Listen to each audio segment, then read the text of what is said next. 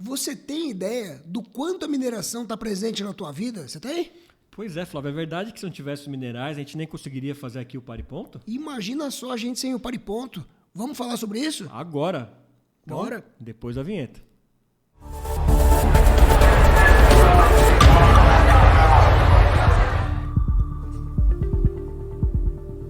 Pronto? Pronto.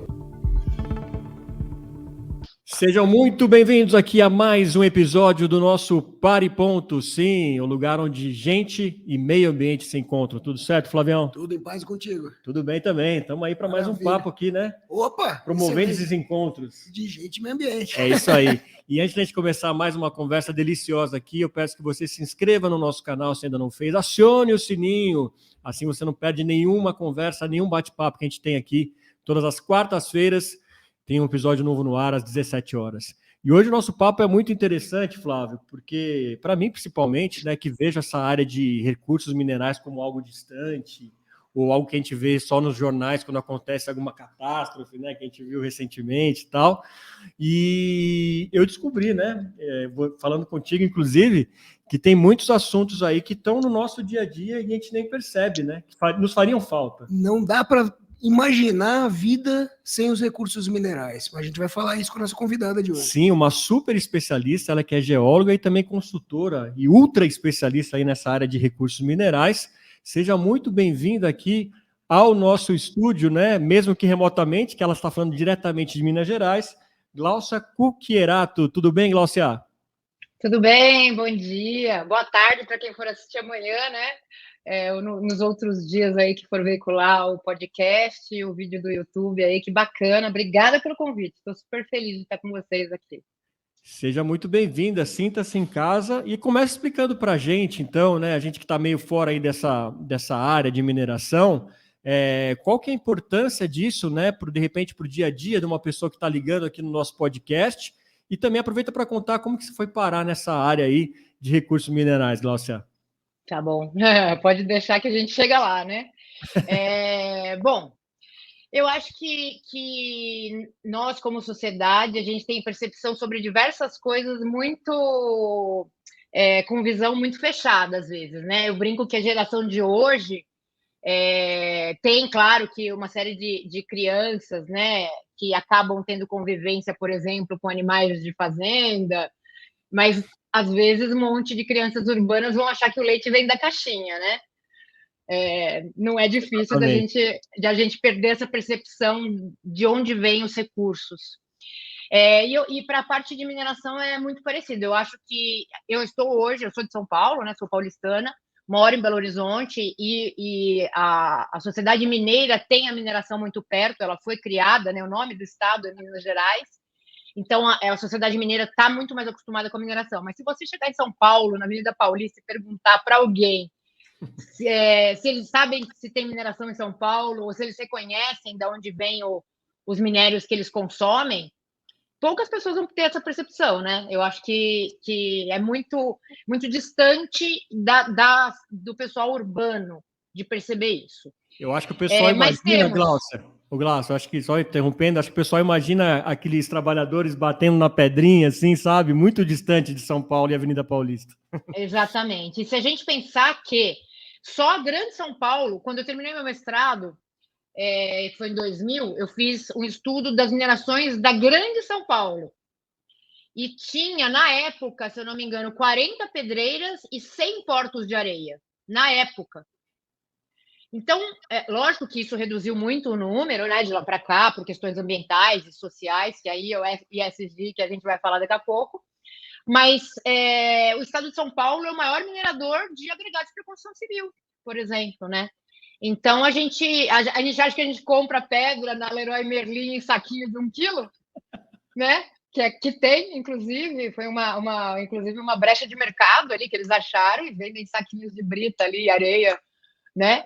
Mas não, o Brasil é um país de grande produção mineral, né? Claro que o minério de ferro tem essa conotação de exportação e tudo mais, mas a gente tem muitos bens minerais produzidos para consumo, para a agroindústria, por exemplo, essa pujança da agroindústria brasileira necessita de recursos minerais para fertilizantes e inúmeras outras necessidades, né? Calcário para cimento, argila para a construção civil também, de uma forma geral, e outros fins, enfim, tudo que a gente atua, tudo que a gente tem no nosso desenvolvimento socioeconômico, urbano, tecnológico, necessita de recursos minerais. Glaucia, deixa eu aproveitar essa fala tua e até para trazer para mais perto da pessoa que está nos assistindo e que enfim, não tem de fato essa noção da importância dos recursos minerais, como a gente falou no começo aqui. Se a gente olhar ao nosso redor, os recursos minerais estão em tudo. Não é isso? A gente não estaria conversando aqui, a gente não podia ter o podcast, a gente não teria fio de cobre, a gente não teria os minerais que constituem a tela do computador, enfim, todos os constituintes elétricos do computador, da câmera, e por aí vai. Você falou de argila, de areia, de agregados, e na verdade descobri agora que a caixinha de leite do agregado é o saquinho de 1 quilo que vende na loja de construção, né? Acabei de descobrir isso, né? A caixinha de leite. O leite, na verdade, o nosso leite de recurso mineral, a pedra, etc., sai do Vale do Paraíba, aqui em São Paulo, mas a mineração, então, os recursos minerais estão em tudo que a gente vê, né? Como é que é isso? Na roupa, olha, no adubo e por aí vai. Eu brinco que, assim, se você não quiser mais usar recursos minerais, você vai ter que voltar para a taba. E aí a gente tem um impacto sobre as florestas, né? Porque você vai ter que desmatar para poder, de novo, utilizar cipó para amarrar a construção lá na taba, né? Então, é a única forma se você quiser dispor dos seus recursos minerais. Por exemplo, iPhones e Androids da vida aí, você vai ter que também precisar de recursos minerais. Então, excetuando alguns produtos naturais, né? Na verdade, os recursos minerais também são naturais, mas de origem orgânica, né? Tudo o resto depende da mineração. Então, qualquer coisa que a gente cite, se você vai acordar de manhã com um despertador, necessariamente tem. Aí você vai escovar o dente, você precisa, né, da carga mineral na pasta de dente para escovar o dente. Então, daí vai. Isso sem falar dos produtos de petróleo, né, que são todos os derivados de plástico e tudo mais. Então, que a gente não imagina num primeiro momento com a mineração, mas faz parte do processo, né? Total, exatamente. E o curioso, de novo, para quem nos vê e não está por dentro do assunto, que eu acho que uma coisa interessante é assim, quando a gente fala de sustentabilidade e fala dos avanços das tecnologias, então vamos deixar de consumir petróleo, ok? E vamos agora para carro elétrico. Perfeito. De onde vêm os minerais que vão constituir a bateria do carro elétrico? Exato. E não só, você sabe que tem uma... Desculpa se eu interromper de vez em quando, mas é que eu me empolgo. Tem alguns estudos, inclusive, de alguns pesquisadores europeus e de outras nacionalidades, né, que demonstram toda a matriz de commodities necessárias para a gente ter uma compatibilidade de carros elétricos. Então, beleza, a gente acha que a gente precisa do lítio, do cobre, do cobalto ali, né? Uma série de minerais que são utilizados para baterias elétricas, mas a gente esquece que toda a distribuição vai precisar mudar. Então, as centrais de captação de energia elétrica, né, e distribuição, por exemplo, a gente vê hoje em dia em alguns shoppings das grandes capitais, você vê uma vaguinha lá para o carro elétrico, plugar ali o carro, né, e abastecer de energia. Mas imagina toda essa distribuição em massa, né? A gente não tem hoje, globalmente falando, capacidade de simplesmente substituir. Hoje a gente não tem reservas minerais disponíveis no Brasil e no mundo para atender se a gente fosse simplesmente substituir por carros elétricos. Então, e outra, qual o impacto disso, né? Qual que é a sobressalência que você pode ter desses materiais depois? O impacto de descartar também, a gente ainda não sabe. Então, eu já vi vocês falando essa expressão, por isso que eu me permito usar. Os ecoxiitas acham que a gente pode acabar com tudo, e não pode, né? A gente tem que... É isso aí. Sustentabilidade é pensar na melhor equação para o ecossistema onde a gente se insere, né? e as questões todas de desenvolvimento que a gente está hoje. A gente não vai voltar para a Taba, nem para as cavernas. Então você vê mais como um equilíbrio, então, Glaucia, falando especificamente dos carros, que eu acho que é um exemplo que é muito tangível para quem está nos ouvindo. Você acredita no futuro num equilíbrio, então, tipo meio a meio, carros ainda com motor e outros elétricos, alguns com petróleo, outros com energia? Eu não faço nenhuma previsão. Na verdade, eu acho que é o equilíbrio, sim, mas é mais que o equilíbrio, é a eficiência, né? A gente tem muita perda de processos em todos os setores, né? Por exemplo, o Brasil foi um país que optou pelo transporte de carga por via rodoviária, né? Em detrimento de ferroviária que foi iniciado, né, no século XVIII, XIX lá. E qual que é o impacto disso hoje? Né? Tudo bem, a gente tem transportes ferroviários, inclusive elétricos, mas a gente tem que entender de novo como que a gente consegue fazer um equilíbrio com eficiência, eu acredito, sabe? E a gente mesmo, vou dar um exemplo super besta, eu mudei aqui sou paulistana, mudei para Belo Horizonte, durante a pandemia eu ainda tinha carro, depois eu acabei vendendo meu carro, por quê? Porque eu faço muita coisa a pé, muita coisa, se precisar viajar, eu alugo um carro, utilizo esses transportes de aplicativo. Então, hoje em dia, a gente questiona, né? Todo mundo precisa de um carro, então, né, não é simplesmente substituir o conceito de A por B, mas, né, de repente, esse compartilhamento que a gente está vendo, eu acho que são outras soluções. Eu acho que a gente tem que pensar em longo prazo com outras formas de pensamento mesmo. Que envolve atitude, né, Flávio? Que envolve atitude. E uma observação aqui, se tem um assunto que é onipresente, acho que está em todos os nossos... É Minas Gerais, né? O pão de queijo aparece em todas as... Mas, enfim, fugindo da divagação. Toda vez a gente volta para Minas Gerais. Que estado maravilhoso. Mas, enfim. Agora fiquei com vontade de pão de queijo. Eu também, até salivei aqui. Venham. Mas voltando para a história da mineração, eu acabei puxando a conversa e ela foi para o lado do carro elétrico. Mas de novo, se a gente fala de pás eólicas, precisam de recursos minerais, enfim, já está claro para todo mundo que nos vê que recurso mineral é um bem essencial, né?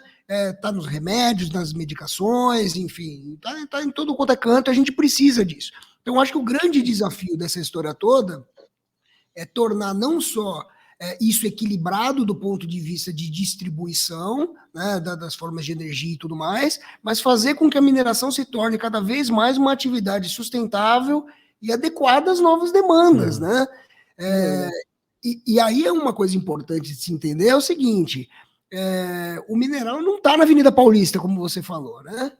Até tem, mas assim, a jazida mineral não está lá. Né? Então a gente precisa fazer com que a prospecção, ou seja, a pesquisa mineral, a descoberta de uma jazida, até o desenvolvimento de uma mineração, de uma lavra, etc., seja sustentável. Como é que está isso hoje?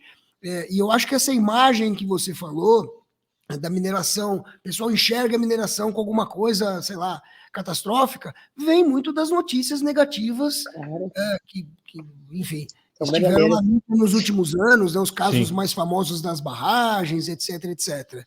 Mas o mundo na mineração não é só isso, né? Como é que você enxerga hoje essa integração das minerações, das mineradoras, com essas questões mais sustentáveis? Você vê alguma mudança? Enfim, como é que isso está no mercado hoje? Grata por essa linha aí de raciocínio, porque é muito interessante da gente pensar. A primeira coisa é essa que você falou, que a jazida não está onde a gente gostaria que ela estivesse, ou seja, muito longe da gente, né? Dos nossos olhos, do nosso coração. Ela tá, a gente fala que ela tem rigidez locacional, né? Por questões divinas ou criacionistas e evolucionistas aí, a depender de quem crê em quê. A gente tem essa evolução geológica do planeta, né? O Flávio, meu colega, entende muito melhor de geologia do que eu. Pode nos explicar aí com alegria, mas de qualquer forma, os recursos minerais têm toda a sua gênese, né? Eles estão disponibilizados tanto de minerais metálicos quanto não metálicos, da forma que estão. Alguns têm características pulou aqui. É que você falou mineral metálico e não metálico, o fone assustou. O que é o mineral metálico e não metálico? Então, a gente tem uma série de divisões ali, mas, por exemplo, ferro, manganês e outros, níquel, cobre, etc., com comportamento metálico, e esses têm até valores agregados maiores, você pode dispor de transporte mais distante, de logística, onde você consegue ter distribuição que seja viável economicamente, né? E outros, por exemplo, como talco, como argilas para cerâmicas diversas, inclusive avançadas, Areia, a gente tem areia, brita, etc., que eventualmente tem valor agregado menor e, portanto, ele depende de estar mais próximo do centro de consumo, né? Então, você tem diferentes tipos de mineração, alguns se situando já no nível de commodities, né? Com comportamentos mais padronizados e valoração também em bolsas de valores e tudo mais. E aí o que a gente tem que pensar é que isso que eu acho que é, inclusive, um ponto de vista para a sociedade pensar. Primeiro que as jazidas que hoje estão disponíveis e em produção, elas não vão ficar para sempre. A atividade mineral, ela é uma atividade meio, né? Elas têm um ciclo de vida entre a exploração, a descoberta, a implantação, a operação e o fechamento e pós-fechamento. Então, e tem essa curva inteira, né? Eu estou participando, inclusive, de uma publicação que a gente vai fazer sobre os casos não necessariamente bem-sucedidos, mas de áreas recuperadas pela mineração. E agora eu vou cutucar, não sei se vocês sabem, né? Mas em São Paulo, por exemplo, o Parque do Ibirapuera é uma antiga mineração de areia. Parque Vila Lobos também, a Raia Olímpica da USP. A gente tem no Paraná, por exemplo, a gente tem a Ópera de Arame e a Pedreira Paulo Leminski, ali aquele conjunto arquitetônico que é de cultura e arte. A gente tem uma série de casos, aqui em Minas a gente tem o Parque das Mangabeiras, né? Então a gente tem uma série de casos onde se percebe que a mineração foi uma atividade meio, né? A gente tem hoje a necessidade de planejar o futuro, como a gente falou agora há pouco, com eficiência, né? Com equilíbrio e com essa cenourinha na frente, que é a sustentabilidade. Quais são os princípios que a gente tem que integrar ali do social, da governança e do ambiental, para a gente, de fato, disponibilizar isso de uma forma sustentável, né? Para isso, a gente tem que, por exemplo, planejar que novas jazidas têm que ser descobertas ao longo do tempo, ou as atuais têm que ser aprofundadas e melhor estudadas, né? E isso tudo para e passo com licenciamentos ambientais, licença social para operação e outras questões. Então, é importante essa divulgação de tudo que é necessário para que a gente supra a sociedade com os recursos de uma forma equilibrada. Uhum. Não sei se eu fui aí para todas as coisas que a gente estava indo. Não, foi sim, e me chamou a atenção, né, que já essa preocupação sobre os recursos e tratar isso de uma maneira sustentável. Por tudo que vocês falaram aqui, né, dos recursos minerais estarem em todos os produtos praticamente, como que as empresas estão tratando isso? Elas contribuem, elas já estão contribuindo para que seja mais sustentável, ou é um problema que acaba cai no colo só de quem está trabalhando diretamente lá na mineração? Boa dica, até lembrando da questão que você puxou antes, né, Flávio? Dessa questão de acidentes e das questões todas que repercutiram recentemente. Eu entendo essa questão, eu tenho atuado até com essa questão de crise pós os dois acidentes, tanto da Samarco em Mariana, quanto da Vale em Brumadinho. Eu entendo que o que aconteceu com a tecnologia e as práticas da mineração foram muito parecidas com pós-guerra, né? Com esses avanços tecnológicos que acontecem depois de tempos de crise. Quando aconteceu o primeiro acidente, em 2015, ninguém achou que aconteceria de novo, que era uma coisa, apesar de já existirem dados, né, comprovados no mundo inteiro de que os acidentes de barragem serão mais frequentes, né, ao longo do tempo. Por quê? Porque a gente está consumindo cada vez mais... Ainda serão. Serão. O que a gente... Serão. Assim, eu não quero ser fatalista nem alarmista aqui, mas o que a gente tem que correr antes, né, é para que eles sejam com o menor impacto possível à vida humana e ao meio ambiente, né, e danos de uma forma geral. Mas, assim, considerando que as grandes produções, independente de serem de grandes empresas ou empresas de médio porte, etc., elas mineraram ao longo do tempo com muito menos cuidados e controles ambientais, né? Então, por exemplo, se você pensar, tem grandes empresas de mineração no mundo inteiro que tem barragens que podem chegar a 100, 200, 300 metros de corpo de barramento, como que será que esse material foi empilhado ao longo do tempo, né? Então, você não sabe. Claro que hoje estão sendo feitos estudos exatamente para minimizar isso. Então, quando aconteceu o primeiro acidente, as empresas começaram a alertar para isso, mas não deu tempo de se preparar completamente até a segunda ocorrência. Então, o que aconteceu? Depois do segundo, aí sim, teve uma grande corrida por entender o que estava acontecendo, se precaver, fazer obras de validação, de contenção, de regularização, de grandes etapas de monitoramento. Então, se investiu muito em tecnologia para monitoramento dessas estruturas geotécnicas, não só barragens, como pilhas de estéreo, pilhas de rejeito, cavas, taludes e todo tipo de estrutura que estão assessorando aí essas questões todas, né? Então, e aí, assim, amarrando com o que vocês levantaram, né? Por que se é feito hoje isso? Se verificou que essas questões ambientais, elas têm um impacto direto na lucratividade do empreendimento. E é isso que acaba tendo que ser equilibrado. Por quê? Porque o dano que se deu em imagem das empresas, né?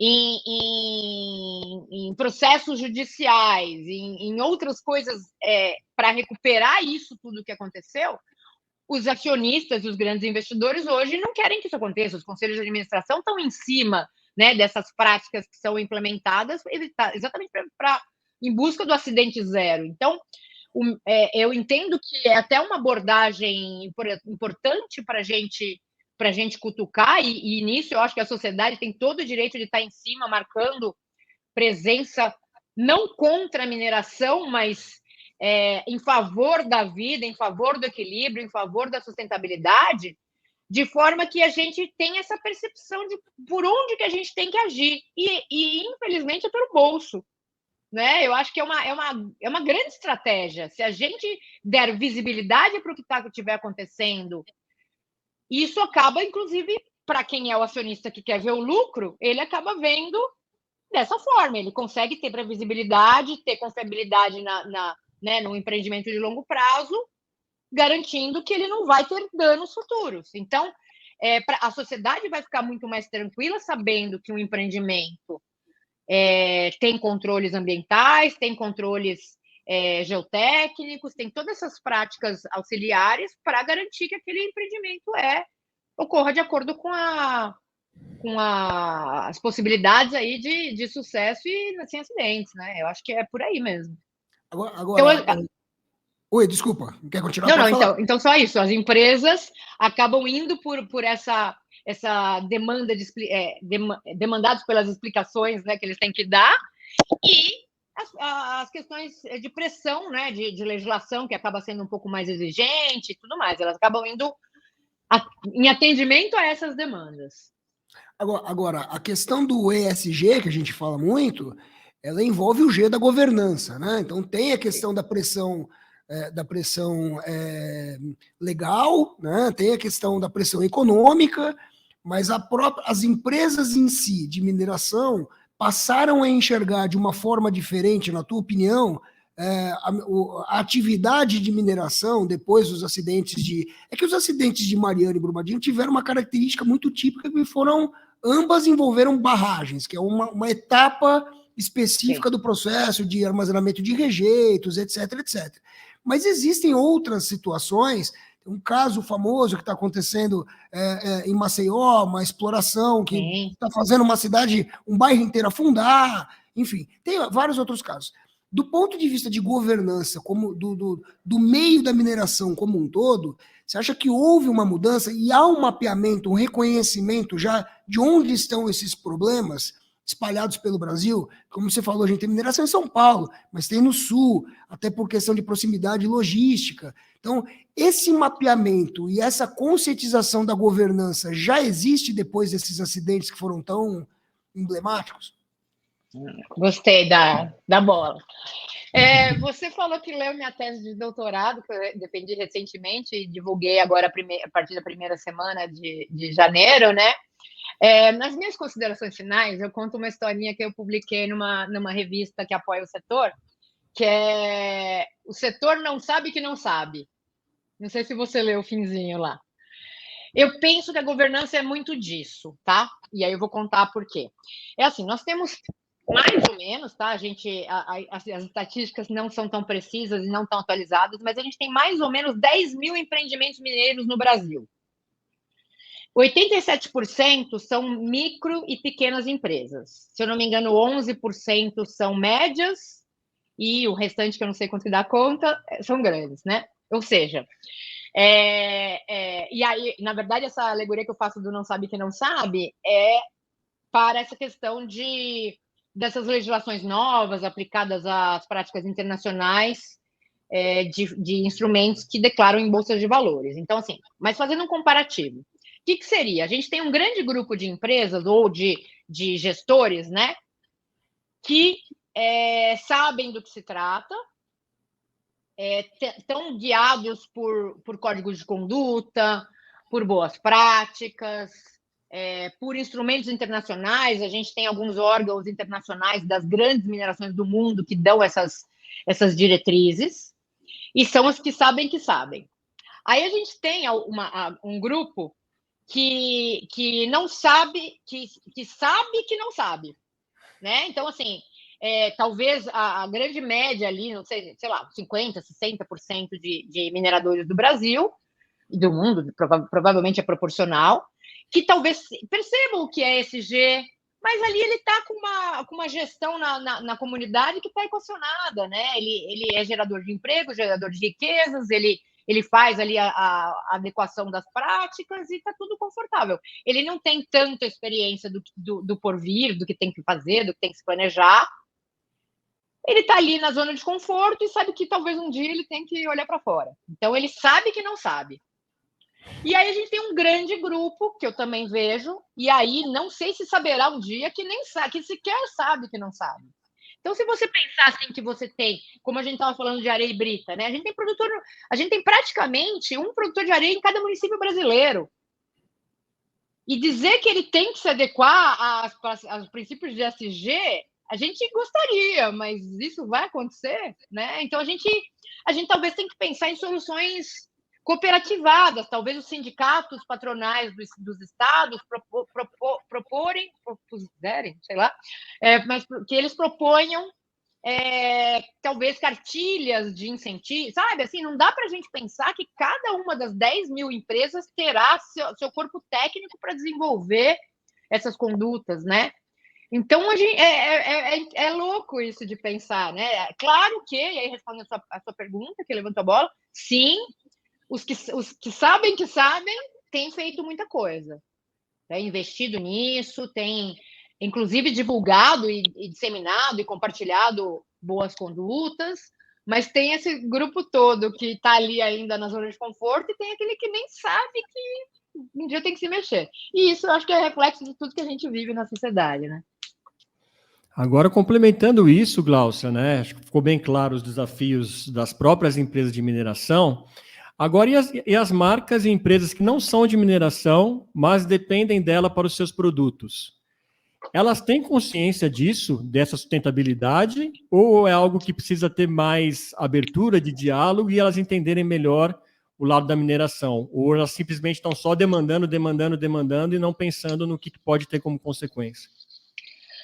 Vamos refletir um pouco sobre isso. Tem uma estatística antiga, que inclusive deveria ser até atualizada, que é a cada emprego do setor mineral se geram 11 empregos indiretos na região. Então, por exemplo, vamos pensar assim, você tem uma mineração de ouro no sul do estado de Goiás, por exemplo, né? Tá. Então, você tem lá o parque instalado, você tem, estou chutando, 1.000 funcionários, aí você tem uma série de prestadores de serviço que orbitam aquela estrutura, por exemplo, alimentação, transporte, o comércio local, fornecedores de equipamentos, etc. Então, isso daria o 11 para 1, né? Aí a gente tem, então, a cadeia de consumidores dos recursos, né? A cadeia de consumo, por exemplo, de ouro é enorme, desde banco, joalheria, o ouro é usado como lastro econômico, né? A gente tem uma série ou tecnologias de artefatos de computador, né? Que também demandam de algumas partículas de ouro, tem uma série de consumidores. Se a gente for pensar no calcário para cimento, também a gente tem uma série de consumidores, toda a indústria, né, da construção civil é consumidora direta, sei lá, 90% de recursos minerais ali. Eu entendo que a cadeia consumidora, quanto mais próxima ela estiver da indústria, ela pode fazer até mais pressão de puxar essa questão da sustentabilidade. Sim. E de também consumir os selos, né, digamos assim. O Flávio, eu acredito que você também já trabalharam com a questão de ISO 14000, por exemplo, né? Quando a gente trabalha com esses protocolos, né, de qualidade, a gente tem um pouco mais de gestão sobre isso. Então, você pode exigir que os seus fornecedores tenham um tipo de conduta, né? Então, eu acho que sim, a cadeia pode puxar cada vez mais isso. E aí, os fornecedores de matérias-primas vão buscar essa especificação, né, que tenha esse contexto já social, ambiental e de governança também. Agora, esses 2, 3, 5% das grandes empresas que estão no topo, porque a gente vê isso em outras áreas. Então, se a gente vai falar, por exemplo, de agricultura, né? Então, a gente fala, tem uma imagem de que a agricultura está avançando na Amazônia, está desmatando, e a gente já sabe que não é isso. As empresas grandes e responsáveis estão desenvolvendo tecnologia e estão, pelo contrário, produzindo mais numa menor quantidade de terra. Existem atividades agrícolas que estão invadindo, e pecuária que estão invadindo a Amazônia? Tem. São atividades ilegais ou atividades menores, desregulamentadas, ou não desregulamentadas, mas que não obedecem à regulamentação e que estão sendo punidas, enfim. As grandes estão demandando uma fiscalização maior para que essas pequenas ou essas irregulares não façam esse tipo de coisa. Se você vai para outras indústrias, enfim, elas demandam dessa cadeia uma atividade mais responsável, até para fomentar uma discussão maior e, enfim, um aumento de qualidade na questão de sustentabilidade e tudo mais no setor. As grandes do setor de mineração estão puxando essa fila também, que são as que sabem, né? Elas estão puxando essa fila para fazer com que esse mercado mude sua perspectiva, enfim, adote práticas mais sustentáveis e tudo mais. Você vê dessa forma ou como é que tá? Com certeza absoluta que sim, elas têm feito, inclusive elas demandam uma legislação maior para as outras, mas elas também são impactadas pelas legislações, né? O que a gente viu muito nessa questão de segurança de barragens? Com toda razão, mas o regulamento veio em cima, né? Ele veio, inclusive agora, acabou de sair uma nova resolução da Agência Nacional de Mineração, falando sobre as multas, porque antigamente as multas eram extremamente baixas e agora elas estão muito grandes, né? Assim, dependendo do tipo até de não entrega de documentos. Então, realmente agora veio para regulamentar o que estava em aberto. Então, elas têm puxado, sim, essa em tecnologia, em práticas, em divulgação, sim. Vou dar um exemplo. Por conta dessas restrições que a gente tem de barragens a montante, de acumulação de rejeitos, muitas das empresas estão estudando o beneficiamento a seco, né, ou com o mínimo de água possível. E isso já é viável, aumenta custo, eles estão reequilibrando toda essa matriz, mas já tem novas operações que não vão ter barragens, né? Aí a gente vai ter que ter outro tipo de estrutura geotécnica, que seria uma pilha. Mas isso já está sendo fomentado por conta dos acidentes e disparando esses estudos em tecnologia. E o que é bom também é que, uma vez que é feito, testado e aprovado, isso é disseminado. Então, a gente hoje está virando cada vez mais referência nesse assunto, né? Tudo bem, junto com outros países como Canadá, Austrália, tem alguns outros também que desenvolvem muita tecnologia nesse sentido. E aí, não só nessa questão de contenção, mas em toda a questão da produção. No comecinho, a gente falou sobre a questão de... Ai, machuquei meu dedo. Da questão de eficiência, né? Então, eu vejo muito isso. Eu acho que assim, a otimização dos recursos, a não geração de resíduos o máximo possível, né? E a gente conseguiria isso para uma série de produtos minerais, né? Se a gente conseguir equacionar ali e extrair o melhor dos recursos minerais, seria um sonho, né? Então, está indo para aí. E, além disso tudo, com essa base da tecnologia, né? Essa tecnologia digital que se fala tanto, automação e todas essas condutas que as grandes puxam, sem dúvida alguma. Agora, e a exploração em si? Porque a prospecção e a exploração em si? Porque a gente está falando já do fim da cadeia, né?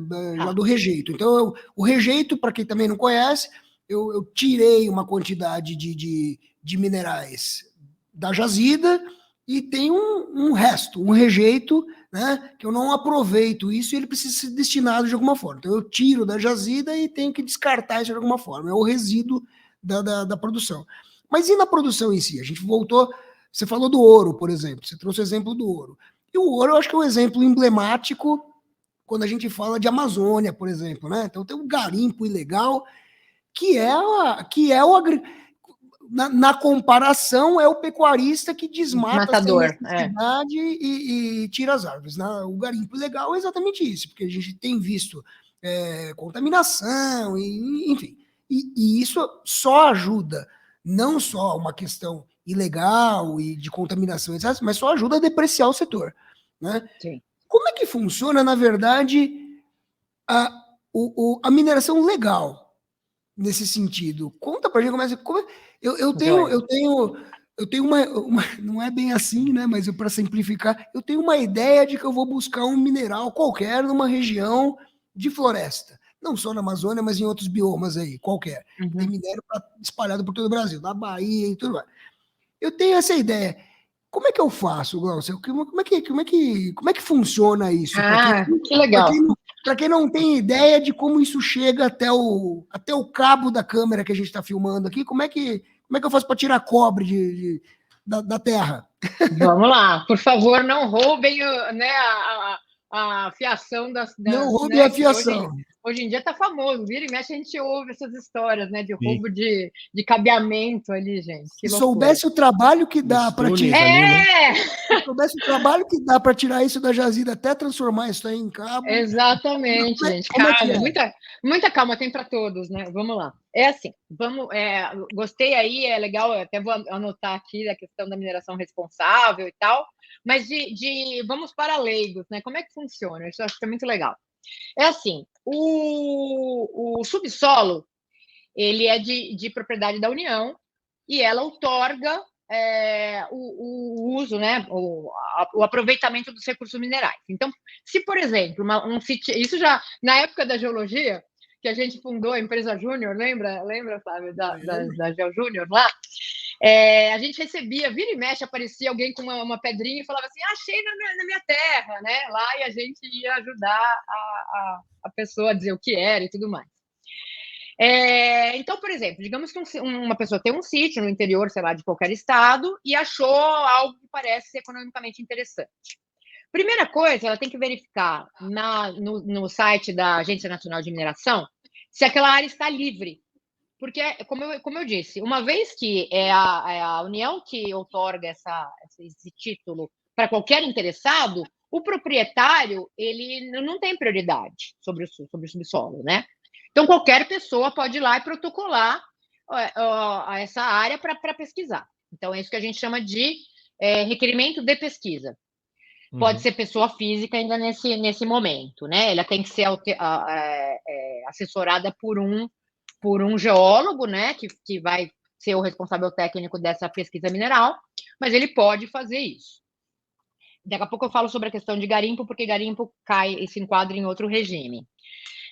Mas aí, uma vez que você requereu essa área, você tem, e recebe um alvará de pesquisa, você tem 2, 3 anos, a depender ali, de prazo para pesquisar aquela área, que às vezes é suficiente ou não, e aí você pode pedir uma prorrogação na legislação atual.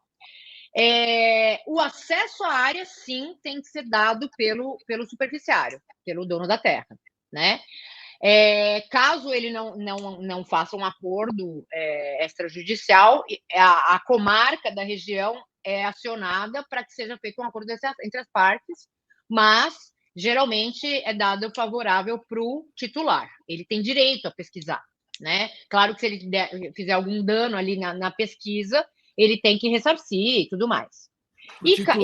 Por titular, você está dizendo o titular da pesquisa, não o titular da área. Ou seja, se eu tenho na minha propriedade um pedido de alguém de fora, que eu nunca vi na minha vida, para ele entrar na minha propriedade para fazer uma pesquisa, essa pessoa, em geral, tem a prioridade para entrar na minha área e fazer a pesquisa.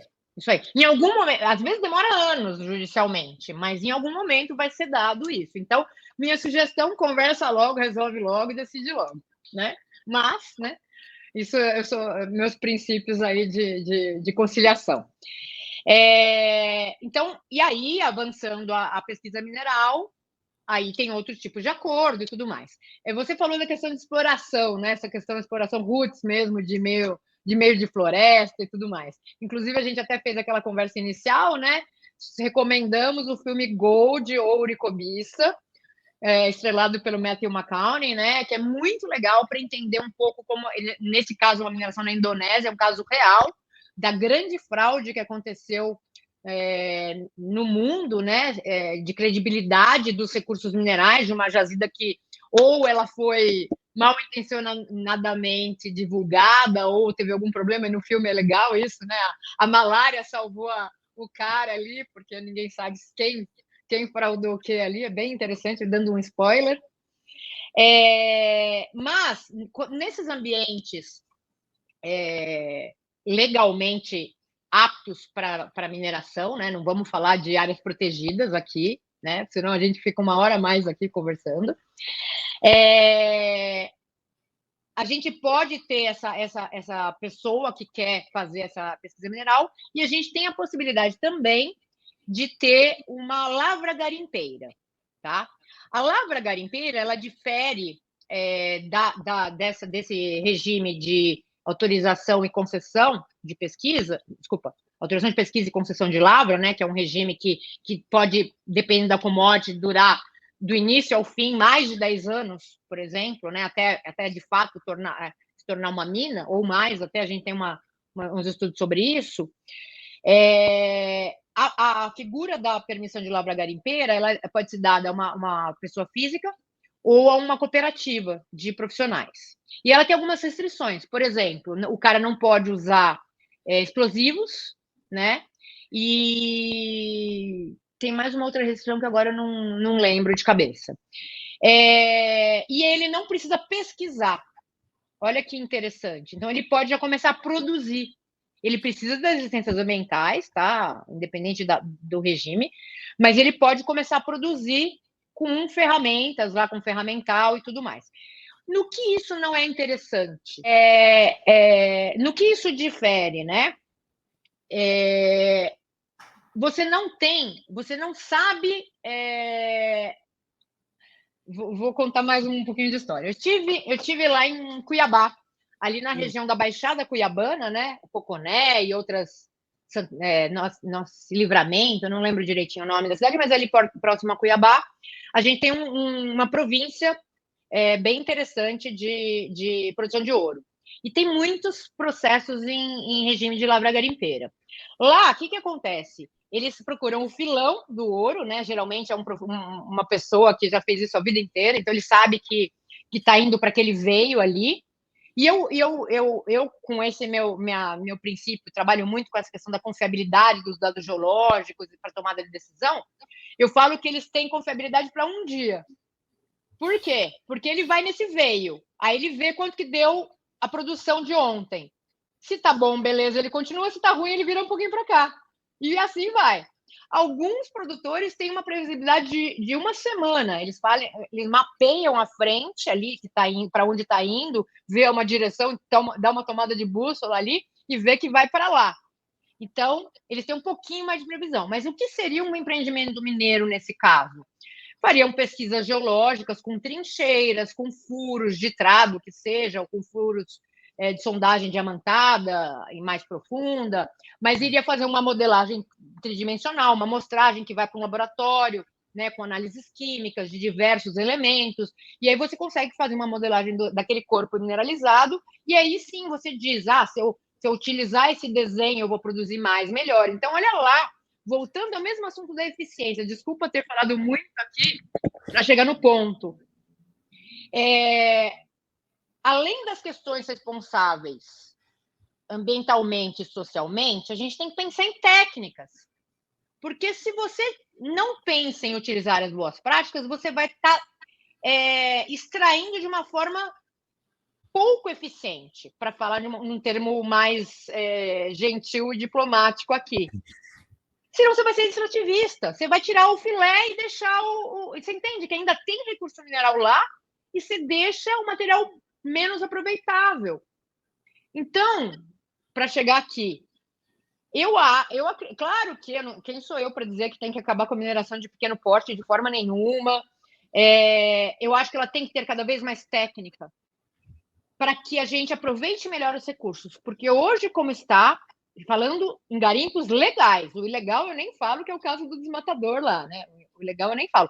Mas falando de garimpos legais e pequenos, é necessário, e já tem feito alguns esforços, tem um núcleo de pesquisas da pequena mineração na Escola Politécnica, né? Que apoia isso para muitas regiões do Brasil, com projetos, inclusive, dos bancos internacionais e tal, né? Banco Mundial e tal, é bem bacana o projeto. Permite que essas práticas de mapeamento de frente, também de beneficiamento ali, que não utilize mercúrio, por exemplo, uma série de outras coisas, possam ser aplicados nessas regiões. E o caso, só para finalizar, o caso da Baixada Cuiabana é um exemplo de sucesso. Por quê? Porque eles têm uma estrutura um pouco maior, com maior número de funcionários, onde eles investem um pouquinho mais ali nas questões técnicas e conseguem ter uma produção melhor com maior aproveitamento. Então, eu acho que aumenta cada vez mais a sustentabilidade nisso. Muito legal, Glaucia. Agora imagina, desculpa nada, obrigado por tanto conhecimento em tão pouco tempo. Mas eu quero falar de ESG no aspecto de diversidade, que é um aspecto que está dentro de ESG. E até conversando com o Flávio, ele dizia que na época da faculdade de geologia eram muito poucas as mulheres, né? E você era uma delas, Glaucia, e você passou por esses momentos diferentes aí, né, durante a sua carreira. Eu quero saber como que está hoje a diversidade nessa área, porque é até um ponto de escolha do jovem profissional, o jovem estudante, escolher áreas que têm essa abertura de diversidade, né? Quais foram os desafios que você encontrou na carreira, numa área que sempre foi muito protagonizada por homens, né? Eu também já assessorei várias empresas na área de infraestrutura, em que era difícil ter executivas mulheres. E como que está isso hoje, né? Como foi a trajetória e como que está amadurecido isso ou não, em termos de diversidade? Muito grata pelo tema também, que muito me interessa. Quando a gente fez faculdade, realmente eram muito menos mulheres do que homens, né? Se formavam menos ainda do que entravam até. Mas eu falo que eu sou de uma geração daquela que não sabe, né? A gente não tinha essa percepção da falta de oportunidades, eu acredito, sabe? Claro que a gente sempre soube que tinha minoria nesse setor, e a gente ia tocando a vida. Só que hoje isso está quantificado, está demonstrado que não é igualitária a oportunidade em todos os níveis, né? A gente às vezes verifica que tem muita geóloga júnior, relativamente a geólogo júnior, mas não tem os líderes, não tem os coordenadores, os gerentes, os diretores nas empresas. Isso é muito comum. Quer dizer, muito comum que não seja igual, né? E de alguns anos para cá, no setor mineral, já existem movimentos que estão promovendo mais conhecimento e dando visibilidade a essa questão. Eu participei da fundação do Women in Mining, que existem Women in Mining Brasil, existem Women in Mining em muitos países do mundo, onde já foi feita uma pesquisa verificando essas porcentagens. Eu não sei de cabeça também, devia ter me preparado para hoje aqui. Se eu não me engano, está em torno de 30% entre mulheres e homens, na média, mas algumas têm mais e outras menos, 17% nas lideranças, se eu não me engano. E muitas empresas daquelas das que sabem, elas já são signatárias de, até uma data, se não me engano, 2030, chegar em 50%, né? Então, tem muitos compromissos de empresas para que isso seja ampliado. Estão sendo previstas, tem um plano de ação para isso. Depois, se vocês quiserem, eu posso até mandar os contatos todos, né, de mídia social disso. Tem plano de ação disponível para as empresas ampliarem isso com programas diversos, né? De percepção interna, de grupos e de práticas que já são conhecidas e disponibilizadas mundialmente também. E eu acredito que da mesma forma que o ESG não é, na verdade faz parte, né, sem dúvida nenhuma, mas que o ESG não é algo voluntário, que você tem que permitir que quem quiser faça quando quiser. Eu acho que tem que ser uma meta mesmo, né? Tem que propor esses exercícios e ir cumprindo ano a ano, ampliando ano a ano e dando visibilidade. Na nossa área, por exemplo, existem premiações por setor que raramente as mulheres são lembradas. Essa é a questão. Não é que às vezes elas não existam no mercado tão competentes quanto os homens. Elas não têm oportunidade de ser sequer lembradas. Então, o ciclo é mantido. Então, quando se fala em cotas, né, essa questão de racial, de gênero e tudo mais, elas são importantes por causa disso, para você ter um espaço dedicado para que isso seja lembrado. Então, a gente está rompendo uma série de pontos aí, né, nessa questão de conduta. Legal. Importante saber disso, né, Flávio? Não, importante. E agora você falou que tem as metas. Você tem visto as ações na prática, na prática ou só tem meta? De algumas empresas. De algumas empresas, sim. Meta. Não, de algumas empresas, sim. Esses dados são recentes, né? A associação mesmo tem 2 anos. A Women in Mining tem um pouco mais. Agora eu já não sei, né? Porque pandemia, a gente já não lembra nem mais a data. Não, tem mais, porque foi antes da pandemia. Então, se eu não me engano, a gente tem o primeiro ciclo de medição já. Tá. Então, já tem alguns resultados positivos, sim. Legal. Gláucia, queria te agradecer por esse tempo aqui com a gente. Foi muito gostoso. Uma verdadeira aula aqui que você deu para a gente. Espero nos encontrarmos mais com um pão de queijo da próxima vez, de repente, né, Flávio? Por favor. Né? Por favor. Por favor, venham. Pãozinho de queijo com um pouquinho de ouro. Não, porque o pessoal foi comer ouro na carne lá na coisa e deu errado na copa. Depois você perde a copa aí, ó. Comer ouro não tem problema. O problema é colocar o ouro assim. Salgar. Muito bem, muito bem. Mas muito obrigado, Gláucia. Espero nos encontrarmos aí outras vezes. E parabéns pelo trabalho. Você é uma mulher na liderança de tantos projetos importantes. É nosso orgulho aqui, sem dúvida nenhuma. Tá, eu queria agradecer muitíssimo pelo convite. Eu queria falar, eu até falei antes, né? Eu queria, de repente, vocês marcam um dia de roda com todos os convidados anteriores, que eu achei só gente interessante que está indo aí. Vou divulgar muito. Podia, né? Porque são gente de áreas diferentes e eu tive vontade de falar com todo mundo e também de saber de vocês mais. Queria agradecer a oportunidade. Queria me disponibilizar para quem estiver ouvindo e quiser conversar mais sobre isso. Aquelas vou fazer propaganda, pode? Boa! Ó, a gente tem um livro que foi publicado pela Fiesp, ele é um livro que tem PDF. Se vocês buscarem aqui, ó, Indústria Mineral Paulista, tá? Dá para fazer download, é gratuito. Quem tiver, bate lá na porta do Comitê de Mineração da Fiesp, que tem edições ainda em papel, né? É muito legal, é uma publicação que mostra em fotos e números aqui a produção paulista. É bem bacana, bem bacana. Eu falo que é para ver com a mão, livro para ver com a mão. Então, esse é um bacana. Quem quiser meu contato, eu posso dar meus contatos? Meu contato de LinkedIn, que é o mais eficiente, Gláucia Puquerato, tudo junto. E aí, quem precisar de material, de dados, de conversa, quiser tomar café, eu topo sempre. Eu, assim, sou, claro que completamente contra as práticas predatórias, a má técnica, absurdo o que aconteceu nesses acidentes recentes, assim, de ficar tecnicamente envergonhado de que tenha chegado nesse nível.